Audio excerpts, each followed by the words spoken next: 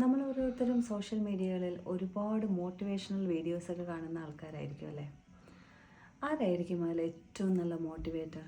Guess ചെയ്യാൻ പറ്റുമോ? ഞാൻ പറയും ഇവരാരുമല്ല, നമ്മൾ തന്നെയാണ് നമ്മുടെ ഉള്ളിലെ ഏറ്റവും നല്ല മോട്ടിവേറ്റർ.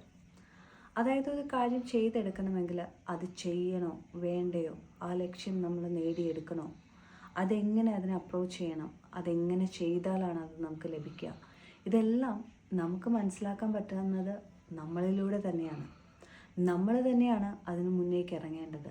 നമ്മൾ തന്നെയാണ് ആ ലക്ഷ്യം എന്താണെന്ന് ചിന്തിക്കേണ്ടത്. അതുകൊണ്ടാണ് ഞാൻ പറഞ്ഞത് നമ്മൾ തന്നെയാണ് നമ്മളിലെ ഏറ്റവും നല്ല മോട്ടിവേറ്റർ. പിന്നെ ബാക്കി എല്ലാത്തിനും അതിനെ ഒന്ന് എൻകറേജ് ചെയ്യുക എന്നൊരു ജോലി മാത്രമാണ് ബാക്കി ഓരോ മോട്ടിവേറ്റർക്കും ഓരോ അതിൻ്റെ പിറകിലുള്ള ആളുകൾക്കും ചെയ്യാൻ പറ്റാവുന്നത്. അതുകൊണ്ട് ഒരിക്കലും ചിന്തിക്കരുത് മറ്റൊരാൾ വിചാരിച്ചാൽ നമ്മുടെ ലൈഫിനെ മാറ്റിയെടുക്കാൻ പറ്റുമെന്ന്.